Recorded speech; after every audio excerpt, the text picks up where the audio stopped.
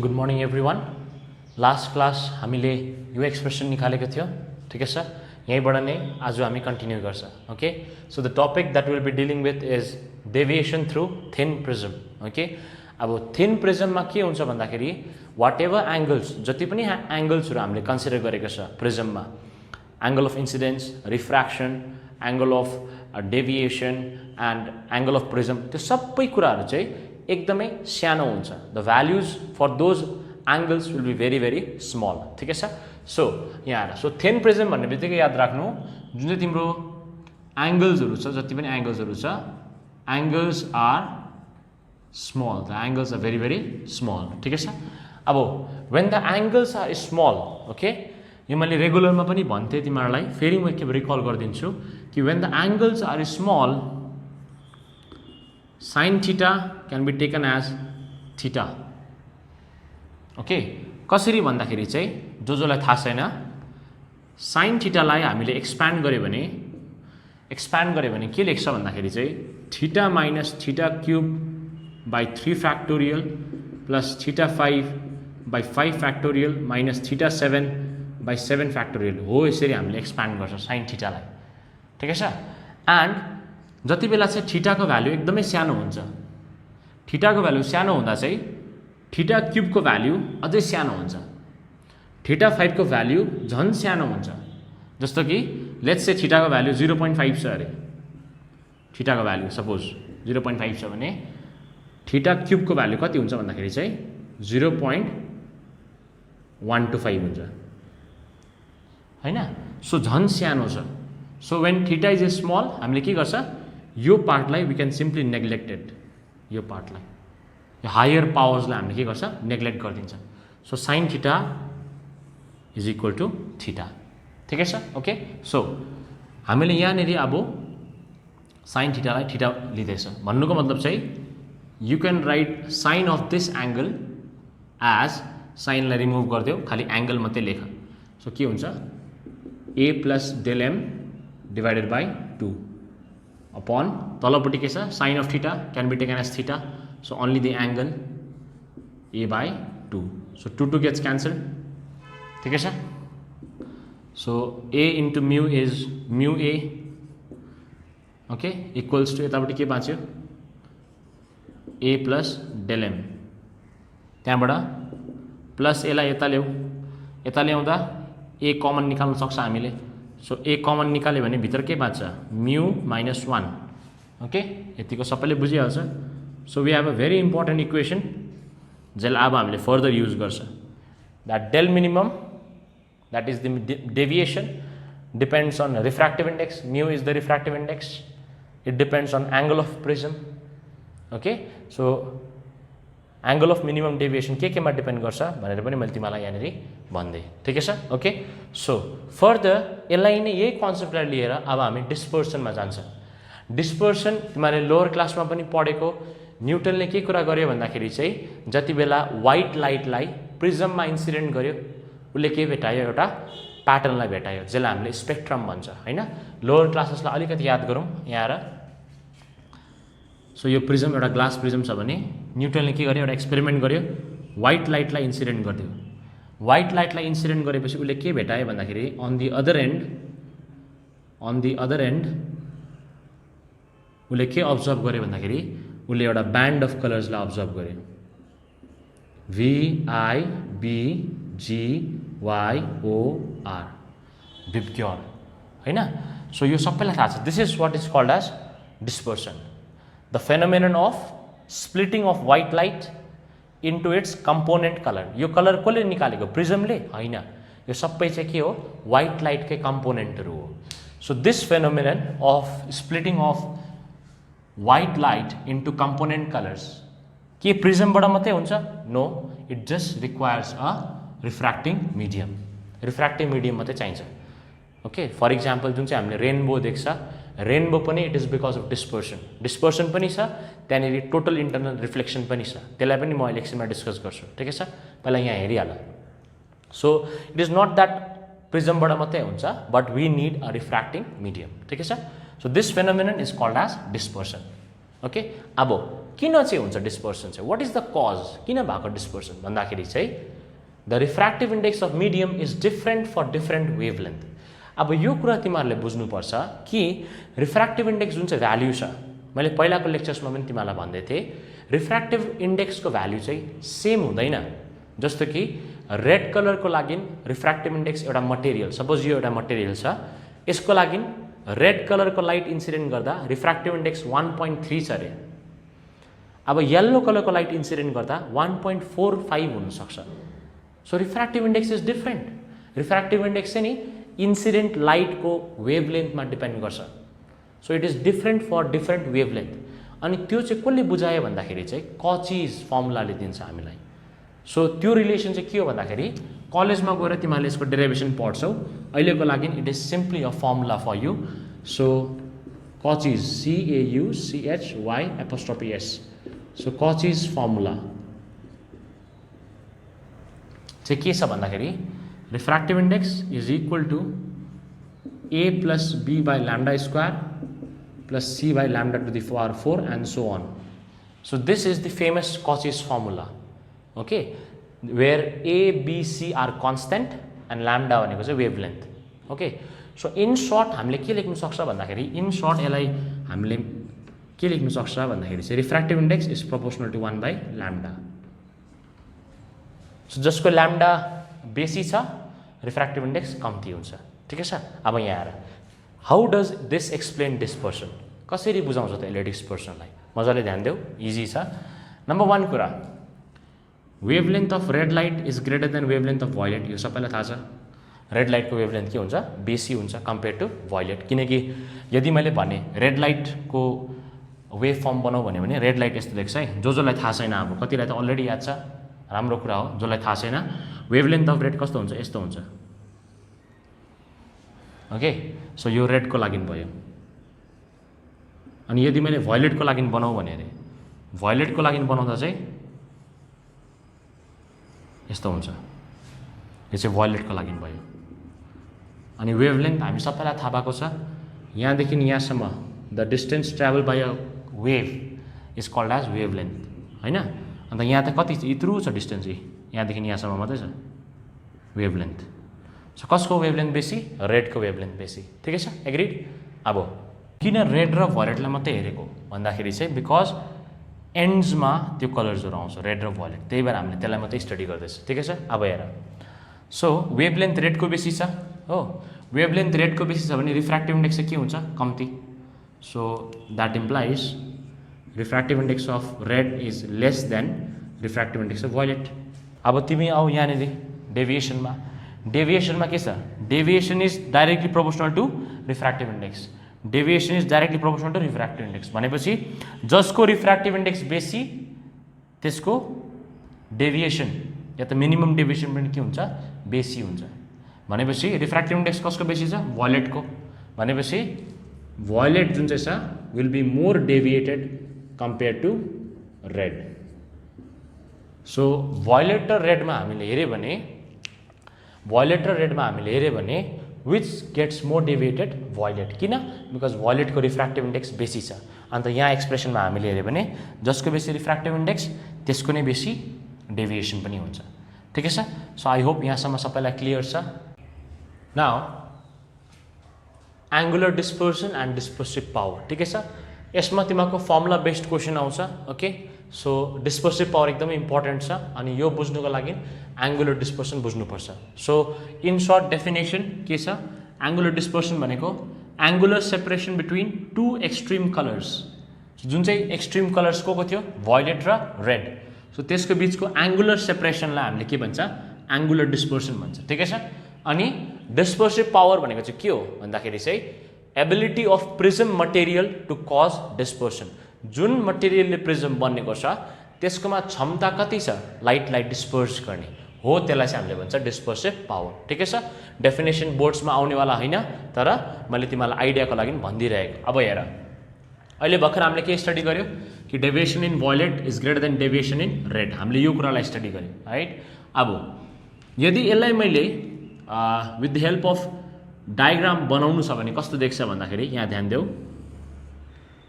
So यसले तिमीलाई एकदमै क्लियर कन्सेप्ट दिन्छ ओके सो के हुँदैछ यहाँनिर व्हाइट रे जाँदैछ so we will only consider the two extreme ends okay so prism नभएको भए कता जान्थ्यो यता जान्थ्यो प्रिजम नभएको भए सिधा जान्थ्यो सिधा ट्राभल गर्थ्यो हैन तर प्रिजम छ प्रिजम भएकोले गर्दाखेरि के हुन्छ यहाँनिर डेभिएसन हुन्छ ठिकै छ अन्त हामीले भर्खर के भन्यो रेड चाहिँ एकदमै कम्ती डेभिएट हुन्छ रेड एकदमै कम्ती डेभिएट हुन्छ अनि भयोलेट चाहिँ एकदमै बेसी डेभिएट हुन्छ भनेर हामीले भन्यो हैन so this angle out here यो एंगल जुन चाहिँ देख्दैछौ यहाँदेखि यहाँसम्म this angle is deviation in red so एकदमै कम्ती डेभिएट भएको छ रेड लाइट तर भयोलेट जुन चाहिँ छ भयोलेट चाहिँ के छ दिस अ बिग एंगल हैन so this is the deviation in violet कुरा बुझ्यो सो यो पार्ट चाहिँ भयो तिम्रो deviation in red and this angle is deviation in violet भयोलेटको एकदमै बेसी डेभिएसन हुन्छ वी अलरेडी नो हैन अब दुईटाको बीचको जुन चाहिँ स्पेस छ भन्नुको मतलब चाहिँ यो एंगल ध्यान देऊ म यहाँ डटेड लाइन्स युज गर्छु यहाँदेखि यहाँसम्म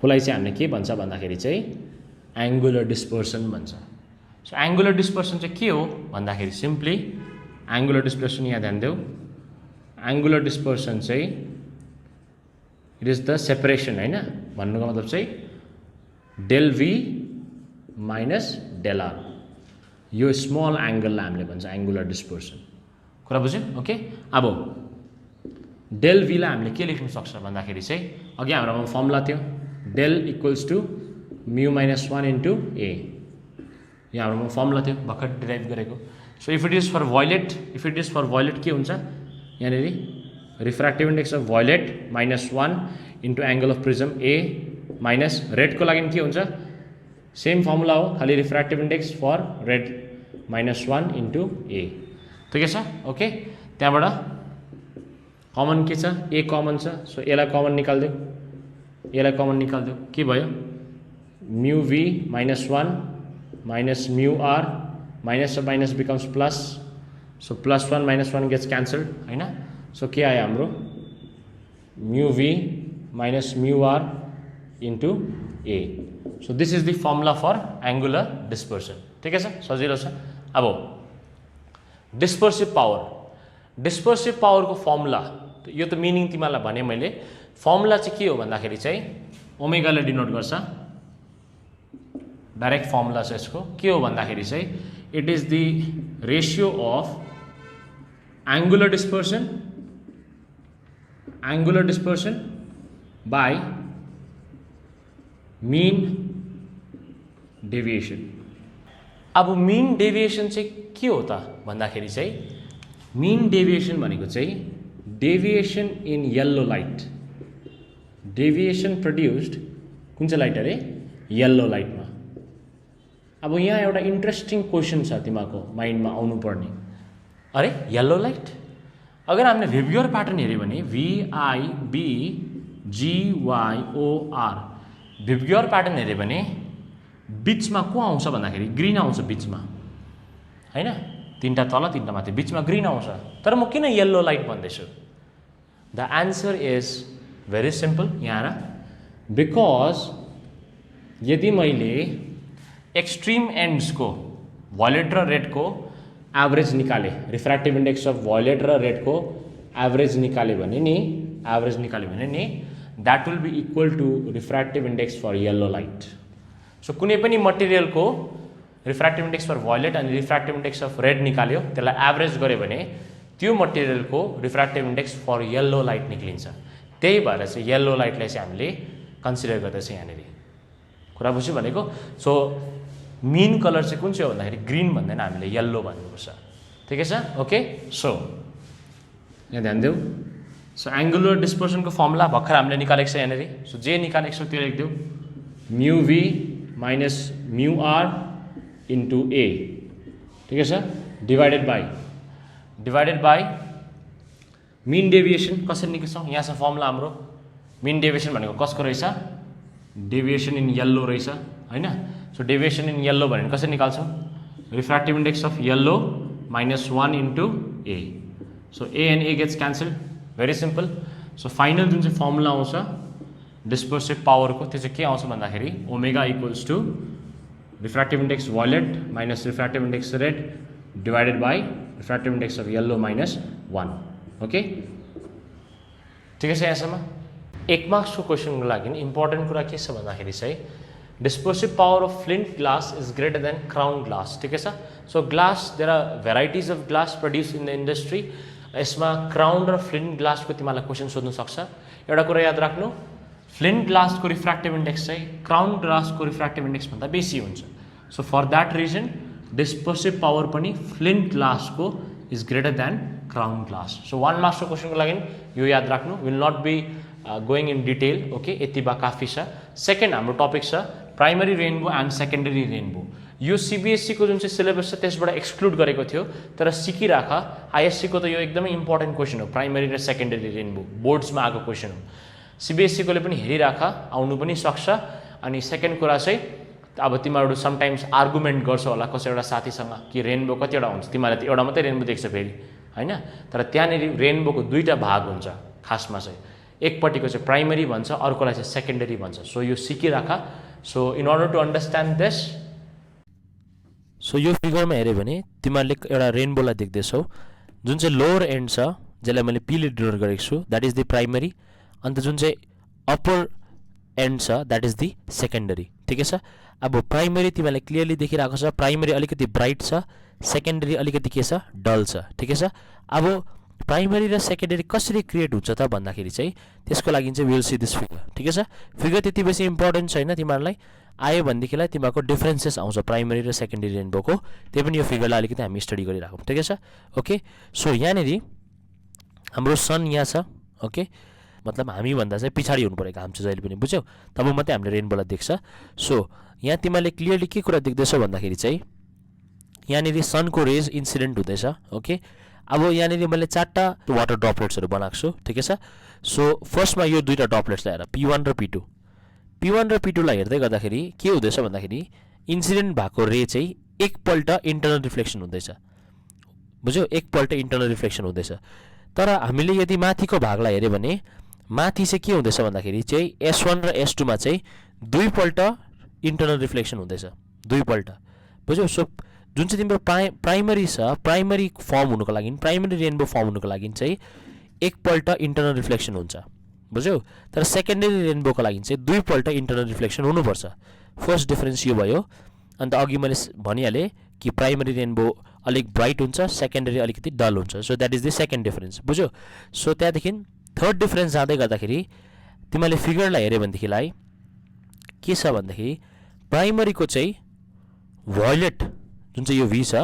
यो वायलेट चाहिँ इनर एज हुन्छ प्राइमरीको अनि आउटर एज चाहिँ के हुन्छ रेड हुन्छ ठिकै छ तर यदि हामीले सेकेन्डरीलाई हेऱ्यो भने चाहिँ सेकेन्डरीको चाहिँ इनर एज चाहिँ रेड हुन्छ अनि आउटर एज चाहिँ के हुन्छ वायलेट हुन्छ ठिकै छ so this are the 3 differences of primary and secondary rainbow ठिकै छ अनि अझै एउटा डिफरेन्स पनि तिमीहरूले भन्नु सक्छौ जुन चाहिँ तिम्रो प्राइमरी छ प्राइमरी रेनबो चाहिँ जुन चाहिँ यहाँ छ 40 to 43 डिग्री भनेको छ ओके सो प्राइमरी रेनबो चाहिँ 40 देखि 43 डिग्रीसम्म देख्छ अनि सेकेन्डरी रेनबो चाहिँ 50 देखि 54 डिग्रीसम्म देख्छ ठिकै छ so this is enough for primary and secondary rainbow and you can note this point now will be solving very important question okay related to your boards CBSE as well as ISC ठिकै छ so यहाँ हेर So calculate the value of angle of incidence when a ray of light incident on one face of equilateral prism.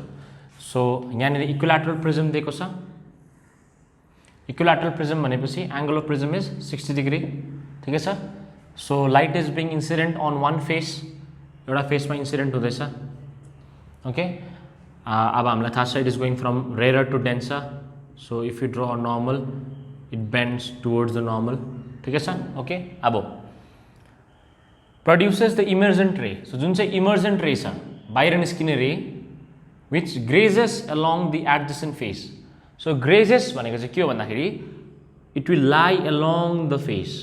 ग्रेजेस भनेको चाहिँ जुन चाहिँ face छ नि त्यही नै त्यो रे पनि जान्छ, ग्रेजेस एलोङ। यो हामीले टिआइआर पढ्दा पनि पढेको थियौँ, ठिकै छ। So the emergent ray grazes along the adjacent face, ठिकै छ। So this is the emergent ray. So यहाँ हामीले नर्मल बनाउँछ, नर्मल बनायो भने what is the angle of emergent out या एङ्गल अफ इमर्जेन्ट कति हुन्छ यहाँनिर हाम्रो 90 डिग्री होइन।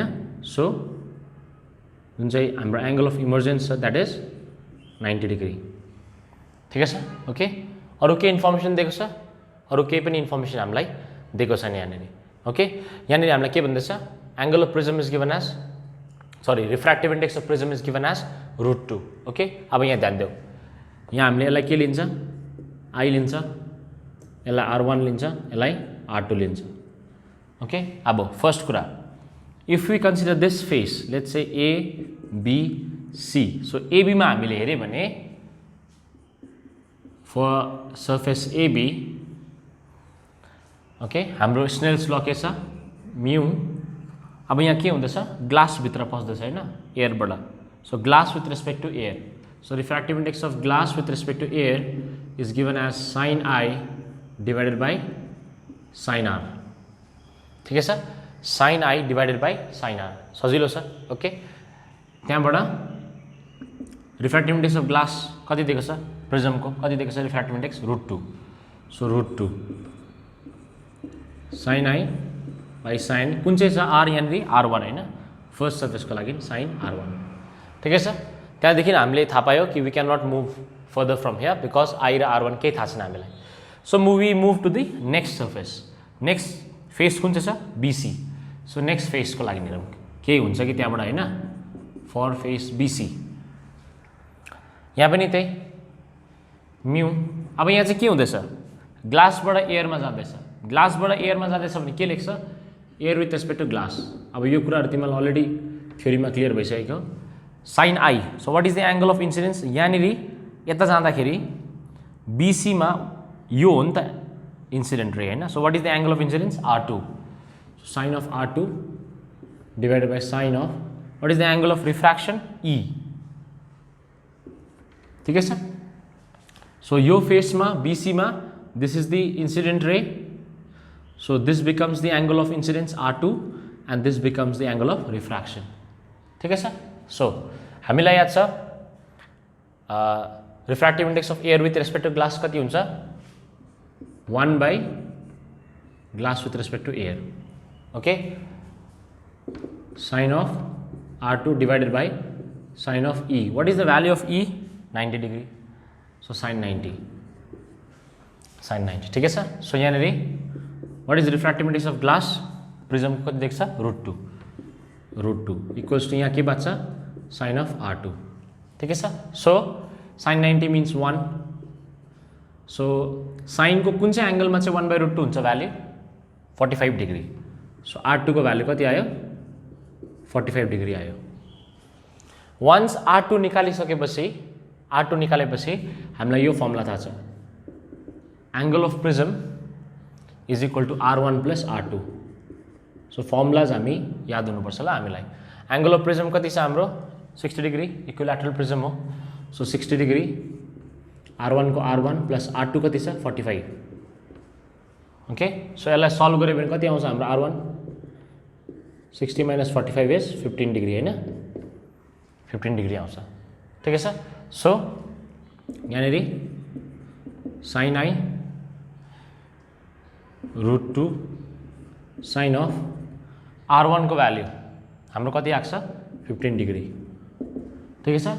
So sine I will be equal to √2 into sine of 15 degree, ठिकै छ। आइएससी स्टुडेन्ट हो भने क्यालकुलेटरबाट निकाल्न सक्छ। CBSE हो भने क्वेसनमा दिएको हुन्छ, दिएको छैन भने सिम्पली के गरिदिनु? आई साइन यता आउँदा के हुन्छ? साइन इन्भर्स √2 साइन 15, ठिकै छ। So this will be the final answer. So the last sum for today is this. It's a very simple sum. और dispersive power को straightforward आउँछ formula based, and you will also get sum based on this formula, mu is equal to sine of a plus del m by 2 divided by sine of a/2। So यसको बेसिसमा पनि न्युमेरिकल्सहरू छ, but direct formula application हुन्छ त्यसमा, ठिकै छ। So अरू सम्सहरू पनि by as we complete the chapter हामी गर्नुपर्छ। आजको लागि this will be the last sum, ठिकै छ। It's very simple. यहाँ अगेन यहाँनिर पनि इक्विल्याटरल प्रिजम छ भनेपछि एङ्गल अफ प्रिजम कति भइहाल्यो, 60 डिग्री भइहाल्यो। अनि यहाँनिर we have minimum deviation. Minimum deviation भनेपछि हामीलाई याद छ a is equal to 2r हुन्छ, थ्योरी चेक गर। So r will be equal to a/2। So a भनेको 60 डिग्री हो, so 60 divided by 2 is 30 degree r आइहाल्यो। हामीलाई के भन्दैछ, minimum deviation of 30 degree. So डेभिएसनको एङ्गल पनि देख्छ, मिनिमम डेभिएसन कति देख्छ, 30 डिग्री दिएको छ, ओके। सो हाम्रोमा r 30 छ अनि मिनिमम डेभिएसन पनि 30 नै हामीलाई दिएको छ। So we are asked to find speed of light, ठिकै छ। अब यहाँनिर हामी के गर्छ पहिला भन्दाखेरि चाहिँ we will find refractive index. Refractive index, अब तिमीहरूले भन्छौ किन रिफ्र्याक्टिभ इन्डेक्स, बिकज हामीलाई स्पिड अफ लाइट सोध्दैछ। सो रिफ्र्याक्टिभ इन्डेक्स भनेको के हो, रिफ्र्याक्टिभ इन्डेक्स भनेको के हो, c/v हो नि त, होइन, c/v, that is speed of light in vacuum divided by speed of light in the prism. v भनेको चाहिँ speed of light in the prism or any medium, right. So पहिला हामी रिफ्र्याक्टिभ इन्डेक्स खोज्छ। So refractive इन्डेक्सको लागि हामीलाई के चाहियो, sin i by sin r। अब r त हामीलाई याद छ तर we don't know i। So i कसरी खोज्ने, हाम्रोमा फर्मुला छ del equals to 2i minus a।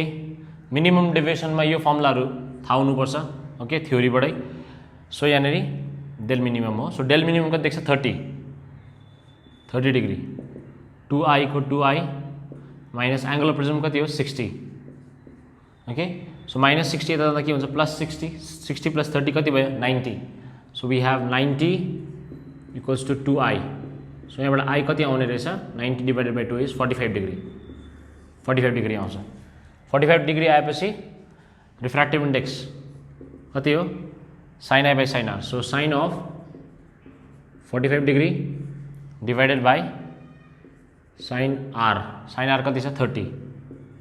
So भने sin 45 1/√2, okay, divided by sin 30 कति हो हाम्रो, हाफ, ठिकै छ। सो यसलाई हामीले गरे सल्भ गऱ्यो भने डिभाइडलाई मल्टिप्लाईमा चेन्ज गर्दाखेरि यो 2 माथि जान्छ, तल के आउँछ, 1 आउँछ। अन्त 2 डिभाइडेड बाई √2 इज √2, ठिकै छ, सिम्पल। अब हामी फाइनली यो फर्मुला लगाउँछौँ, mu is equal to c/v। So म्यूको जग्गामा के लगाउँछु, √2 इक्वल्स टु c भनेको कति हो, speed of light divided by v, that is the speed we have to find, ठिकै छ, सजिलो छ।